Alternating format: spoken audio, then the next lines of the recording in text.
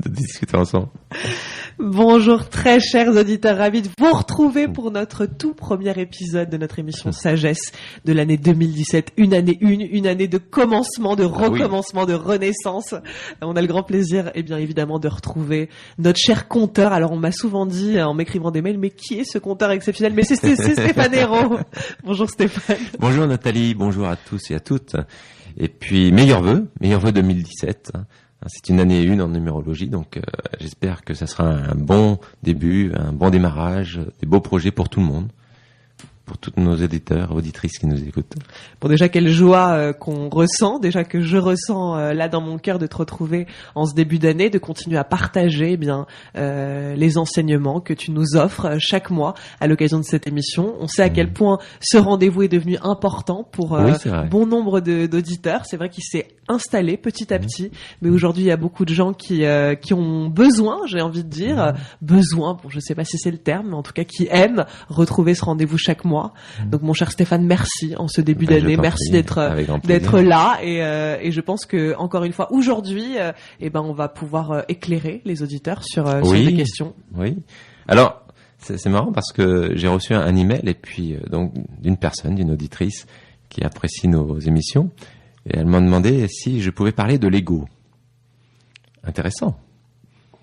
Alors, on va voir ce que ça va donner cette émission. Si l'ego va ressortir de cette émission et comment on peut un peu plus éclairer les uns et les autres sur cette compréhension de l'ego, qui est très intéressant. Alors, effectivement, dans les anciennes émissions, on a parlé des 7 niveaux d'existence. Tu te souviens, Nathalie? Tout à fait. Le corps, le souffle, le mental, l'intellect, la mémoire, l'ego. Et l'être, ce sont les 7 niveaux d'existence qui nous composent.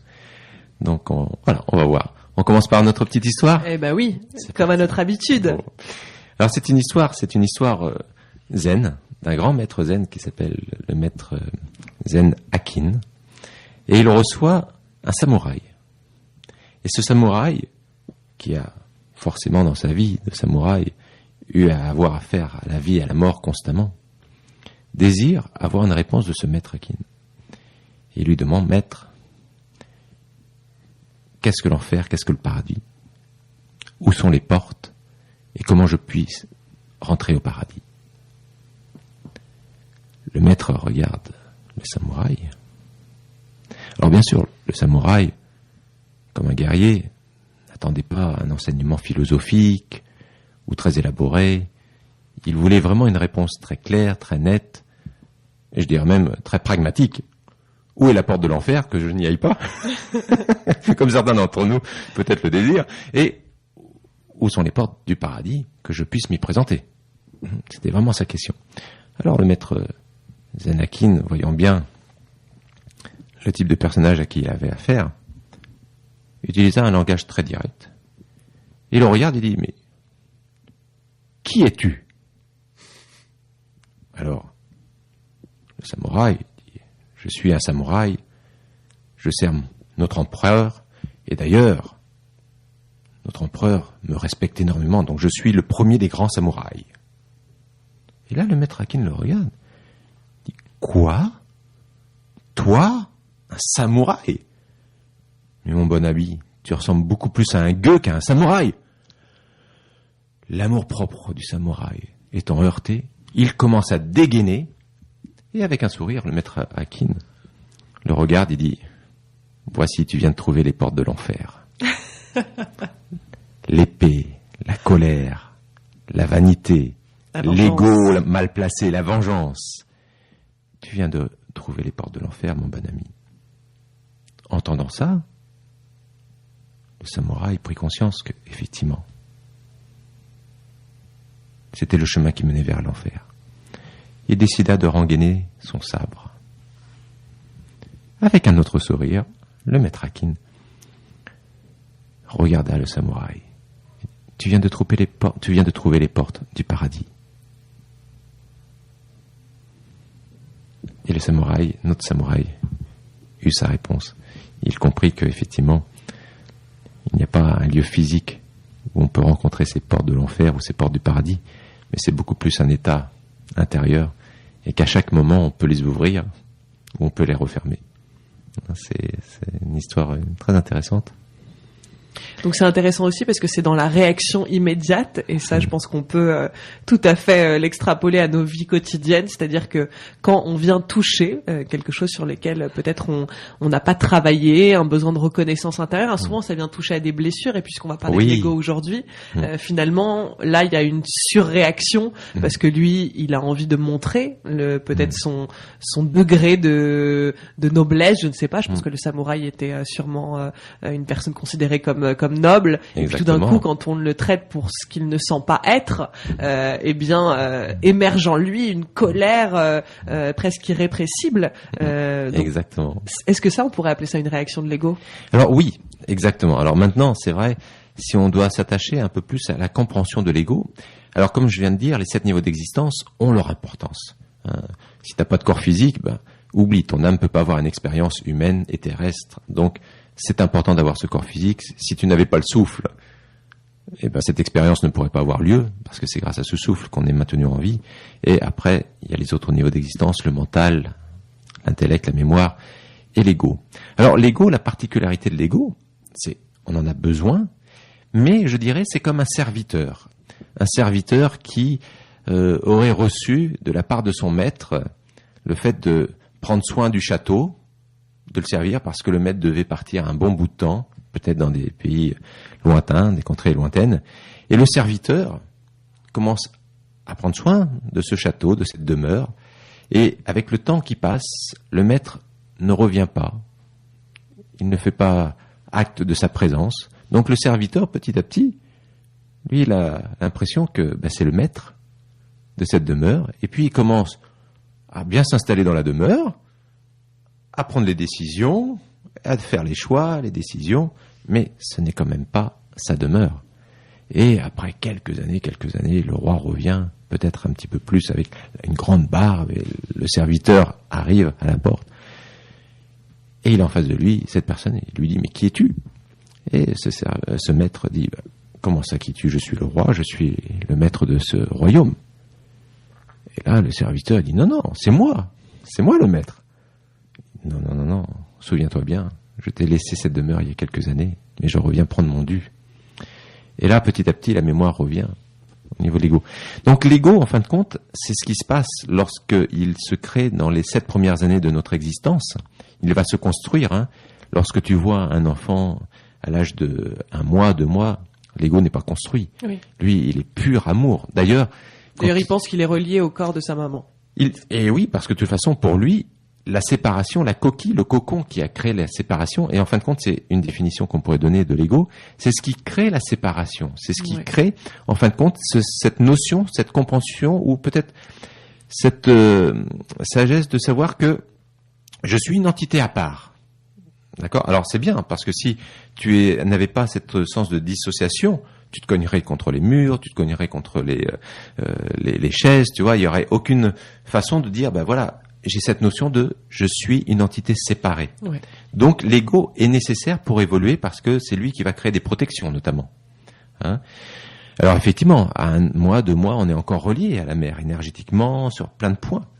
Et petit à petit, lorsque l'enfant va prendre conscience que non, le corps qu'il occupe, il est différent du corps de la mère, il est différent du corps du père, il est différent même de l'environnement dans lequel il va évoluer, il va commencer à s'approprier, à percevoir les informations et à commencer à créer des concepts. Tu vois, il va commencer à découvrir qu'est-ce que c'est le feu, qu'est-ce que c'est marcher, qu'est-ce que c'est d'avoir une texture qui est du velours, peut-être du plastique. Il va commencer à créer des concepts à travers le mental qui va percevoir les informations, l'intellect qui va conceptualiser, et puis il va les mémoriser, tous ces concepts. Et des fois, il y a des concepts qu'il a marqués nettement comme quelque chose qui était plaisant, et d'autres concepts qu'il a définis comme non plaisants, pas agréables. Donc il y a ceux que je vais aimer, ceux que je ne vais pas aimer, ceux avec lesquels je suis d'accord, les choses avec lesquelles je ne suis pas d'accord. Et petit à petit, ça va créer une personnalité. Donc l'ego, c'est en fin de compte notre capacité à nous identifier. C'est la notion du je, moi, moi. C'est-à-dire que c'est à travers l'ego qu'on sent qu'on a une identité à part, une personnalité à part, une individualité. Dans la tradition Advaita Vedanta, rien que le terme Advaita Vedanta veut dire tout. C'est-à-dire que Vedanta, ça veut dire l'aboutissement de la connaissance. Dvaita, c'est la dualité. Et Advaita, c'est la non-dualité. C'est-à-dire que le 2 n'existe pas. Mais ça, c'est pas la réalité de l'ego. L'ego, lui, non seulement le 2 existe, mais le 3, le 4, la multitude existe. La différence existe. Et à travers cette différence, c'est là où on va commencer à juger, c'est là où on va commencer à aimer, c'est là où on va commencer à ne pas aimer, à être d'accord, pas d'accord, à se plaindre. Et l'ego aussi, c'est ce qui va nous donner aussi la force de créer notre vie. Mais si l'ego a été heurté, si l'ego a pris la place du maître, eh ben c'est là où on va commencer à vivre une vie où on va perdre notre naturel. Si je commence à m'identifier à ce que je pense être, je suis humble, je suis stupide, je suis le plus grand des conférenciers, je suis très intelligent, je suis le plus grand des hommes politiques, ou je suis le plus incapable de ma famille.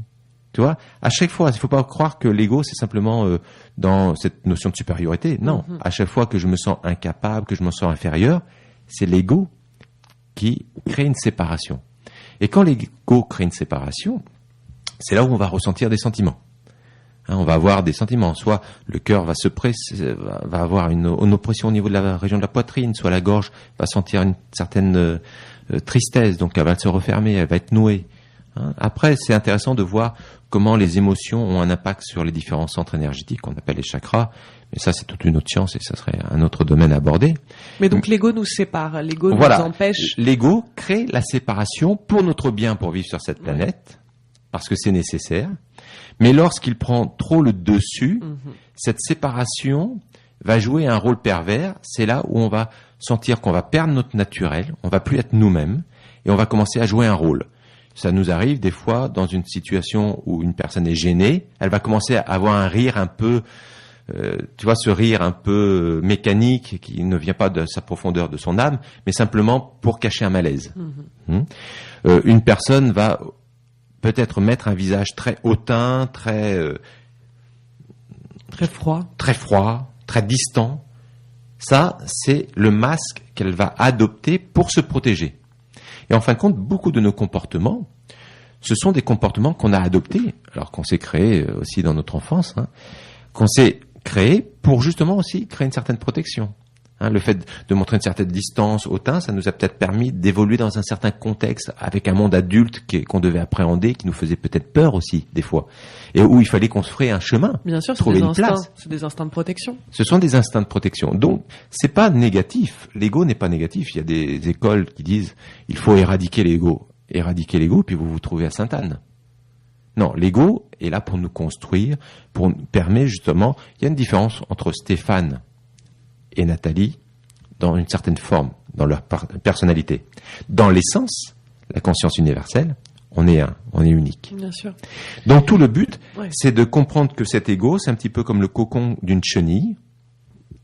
La chenille a besoin de se créer ce cocon, où elle va commencer à entamer sa transformation.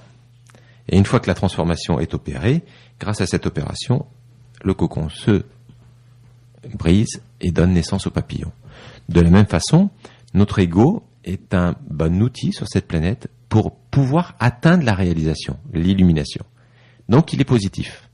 Il faut simplement savoir, est-ce qu'il nous amène plutôt à un état de souffrance, et dans ce cas-là, c'est lui qui a pris le dessus, et l'âme, le soi, peu importe le mot que vous voulez y mettre, n'a plus la maîtrise de cet ego, n'a plus la maîtrise des sens, la maîtrise de l'intellect, la maîtrise du mental, la maîtrise de la mémoire.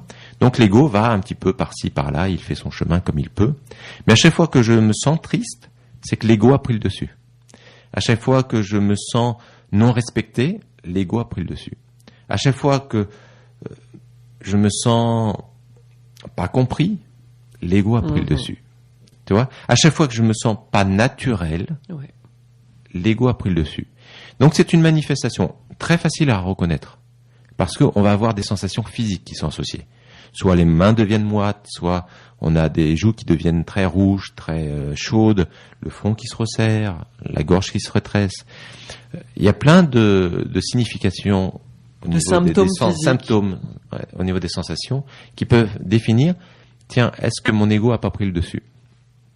Alors c'est très intéressant parce que la respiration, la méditation ont un rôle énorme à jouer pour équilibrer ces 7 niveaux d'existence et remettre l'ego à sa place dans le bon sens du terme. Ouais. C'est-à-dire en tant qu'outil nécessaire. Parce que grâce à cet ego, Stéphane, il peut réaliser des choses sur cette planète. Ouais. Mais ne pas le laisser finalement être le dictateur intérieur. C'est ça. Parce qu'il y a quand même ce risque-là, c'est-à-dire que les gens qui ne sont pas ouverts à autre chose que leur ego, c'est-à-dire à leur âme, et on en parlait avec une intervenante hier, ils ne peuvent pas finalement réellement évoluer. Tant qu'on laisse l'ego maître de notre vie quotidienne, tant qu'on se laisse enfermer par ce qu'on pense être notre personnalité, parce que ça nous rassure de nous dire je suis comme ça, alors que finalement c'est bien de s'affirmer, mais on s'affirme dans l'instant, dans ce que l'on est dans l'instant. Exactement. Mais étant, j'imagine, tout le temps soumis au changement, un être humain qui est ouvert à sa dimension d'âme peut alors comprendre, intégrer, accepter même des épreuves sur son chemin, parce qu'il sait que ça a une raison d'être. L'ego, lui, ne le comprend pas. L'ego a l'impression qu'on le punit, qu'il est victime. Voilà. Est-ce que c'est l'ego qui génère aussi cette position, cette posture de victime? Bien sûr. C'est comment tu vas créer ta personnalité, comment tu vas appréhender tout ce que tu as appris, tout ce que tu as perçu, tout ce que tu as conceptualisé, tout ce que tu as mémorisé, comment tu vas jouer avec ça sur ce plan terrestre, c'est ce qui va amener une différence. Regarde, j'ai 6 sœurs et un frère, on est 8 dans notre famille, 2 parents, les parents sont identiques du début jusqu'à la fin, mais par contre des personnalités complètement différentes. Donc forcément, c'est par rapport à ce que tu auras perçu des situations, comment tu auras géré ces situations, comment tu auras conceptualisé ces situations, ces informations, comment tu auras mémorisé. Est-ce que cette situation m'a créé quelque chose de positif, j'ai senti une expansion au niveau de mon cœur, tout de suite j'en ai fait un concept et je tente à reproduire ça. Une autre, on m'a fâché et je me suis senti pas reconnu, j'ai senti une injustice, etc. Je vais créer un autre concept, tu vois. Maintenant, pour mes sœurs ou pour mon frère, les mêmes situations ont apporté d'autres concepts. Donc c'est comment je vais prendre ces concepts. Et c'est ça qui est intéressant de voir comment l'ego va complètement façonner notre vie. Il va complètement façonner notre vie. Maintenant, je me souviens quand j'étais gamin, quand on parlait de Stéphane, Stéphane, il est sage comme une image. Qu'est-ce qu'il est super, ce petit garçon, il est sage comme une image. Bon, 4-5 ans, 6 ans, tu sais, c'est bouillonnant tout ça. Hein. T'as envie d'aller courir, t'as envie de t'exprimer, des fois t'as envie d'être en colère, etc. Et tiens, quand t'es en colère et quand tu exprimes quelque chose de plus virulent, Stéphane n'est plus aimé parce qu'il est plus sage comme une image. Tu vois ce que je veux dire? Donc, que va dire ce petit Stéphane à 5, 6, 7 ans? Pour être aimé, il faut être sage comme une image. Donc forcément, tu vas commencer à créer un rôle. Même si au fond de toi, tu as envie d'exprimer autre chose, tu sais que le concept que tu t'es créé pour plaire à ton environnement, c'est d'être sage comme une image. Alors c'est intéressant, parce que en fin de compte, imagine qu'on en a créé des milliers de concepts sur nous-mêmes. Hein. Donc à partir de là, on pourrait y passer du temps, aller les voir tous les uns après les autres. Il y en a qui le font et qui le font très bien, très bien. Moi, c'est pas mon dada. Donc je préfère la respiration et la méditation qui permet de remettre les 7 niveaux d'existence à leur place. Oui. Et naturellement, tu t'aperçois qu'il y a plein de choses, des vieux comportements dont tu sens que tu n'as plus l'utilité. C'est comme ces vieilles robes, ces vieux pantalons, ces vieux costumes qui, après 20 ans, tes goûts ont changé, ta façon de vivre a changé. Donc forcément, c'est plus les mêmes goûts et les mêmes intérêts pour ces habits-là. Oui. Mais ils sont toujours dans l'armoire. Et c'est exactement ça. Alors effectivement, Shri Shri Ravi Shankar, à travers la technique du Sudarshan Kriya ou les méditations Sahaja-Samadhi, c'est vraiment quelque chose qui l'a amené à faire le tri de tous ces vieux, je dirais, concepts, comportements, attitudes qui ne sont plus nécessaires maintenant, mais qu'on n'a pas forcément conscience. Et petit à petit, on fait le tri et ça se fait d'une façon naturelle, sans effort. C'est simplement que, au fur et à mesure, la conscience reprend la place.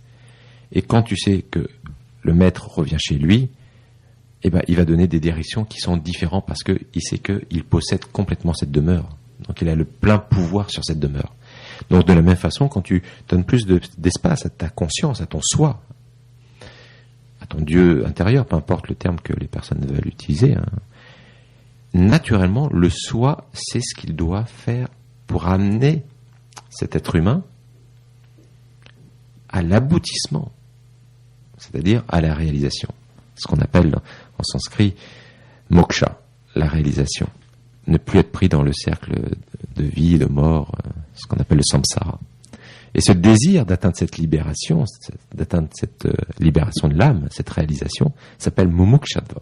C'est très très beau tout ça. Mumukshadva. Mumukshadva, c'est vraiment le quatrième pilier de la connaissance. On avait abordé tout ça. La première émission d'ailleurs, c'était sur les 4 piliers de la connaissance. Pour ceux qui veulent la réécouter, c'est toujours bien. Donc effectivement, arriver à l'aboutissement qui est mumukshadva, ce désir d'atteindre. Oui, mumukshadva. Avoir le désir d'atteindre la réalisation et de sortir de ce cercle constant, de ce cycle constant qu'on appelle le samsara, de vie et de mort, de vie et de mort. Mais donc c'est ça le but de l'évolution. Oui, c'est ça le but de cette vie sur cette planète, c'est d'atteindre cette réalisation. Et l'ego peut nous le permettre. Grâce à lui, c'est une des rares planètes, je dirais, un des rares plans, ce plan terrestre, où l'homme peut atteindre la réalisation. C'est vraiment un plan très important pour le cheminement de l'âme, parce qu'il peut atteindre la réalisation. Donc c'est pas un plan anodin. Donc c'est un très très beau cadeau que nous avons reçu d'avoir un corps et une vie humaine. C'est un très très beau cadeau. Autant l'utiliser comme ça. Bon, mon ego a une question. Oui. Non, je trouve ce sujet absolument passionnant et c'est vrai que pour rebondir sur ce que tu disais sur les concepts qu'on se crée, c'est-à-dire c'est vrai que parfois c'est ce que notre famille, notre environnement nous a amené à croire sur nous-mêmes, mais c'est avant tout ce que nous on croit sur nous-mêmes. Oui. Comment être dans un juste milieu, c'est-à-dire ce que je disais tout à l'heure, moi j'ai comme ça sous-tend en moi l'idée que j'évolue chaque jour, mais en effet il y a quand même des choses auxquelles je m'attache et c'est vrai comment ne pas être complètement tributaire de cette personnalité, comment continuer à développer des choses en nous sans penser pour autant qu'elles sont tu vois présentes jusqu'à la fin de nos jours. Enfin, comment être à la fois dans une croissance de notre personnalité sans y être trop attaché et tu vois et de manière parfois névrotique ou maladive. C'est essentiel, la question que tu viens de poser est essentielle et en fin de compte dans l'histoire qu'on vient juste de dire à propos de ce maître zen Hakin, il a donné la réponse en posant une question. Tu te souviens de la question qu'il a posée au samouraï? C'était qui es-tu? À travers cette question, et d'ailleurs les grands rishis, les grands sages de la tradition védique disaient toujours que l'homme atteint sa maturité lorsqu'il commence à se poser cette question, qui suis-je? Sans attendre de réponse, mais simplement se poser la question, qui suis-je? Est-ce que je suis ce corps ou est-ce que j'utilise ce corps? Est-ce que je suis ce souffle ou est-ce que j'utilise ce souffle? Est-ce que je suis ce mental, cette perception, ou est-ce que j'utilise ce mental? Est-ce que je suis l'intellect, la conceptualisation, le discernement, ou est-ce que j'utilise ce discernement? Est-ce que je suis la mémoire ou est-ce que j'utilise la mémoire? Est-ce que je suis cet ego ou est-ce que j'utilise cet ego? Qui suis-je? Est-ce que je serai cette conscience? Ce soi qui n'a pas de commencement et qui n'aura pas de fin. Donc, tu viens de dire quelque chose de très important et tu as utilisé le terme détachement. Le jour où tu commences, et ça c'est le deuxième pilier de la connaissance de cette fameuse émission qu'on avait donnée, les 4 piliers de la connaissance. Et bien là, tu viens d'aborder le deuxième pilier de la connaissance qui était le détachement. Avoir ce recul, savoir que effectivement, peut-être que tu as été heurté, peut-être que ça te fait du mal, mais qu'en fin de compte, c'est l'ego qui a été heurté et que tu n'es pas cet ego. Au-delà de cela, tu es quelque chose de beaucoup plus subtil, de beaucoup plus puissant. D'accord ?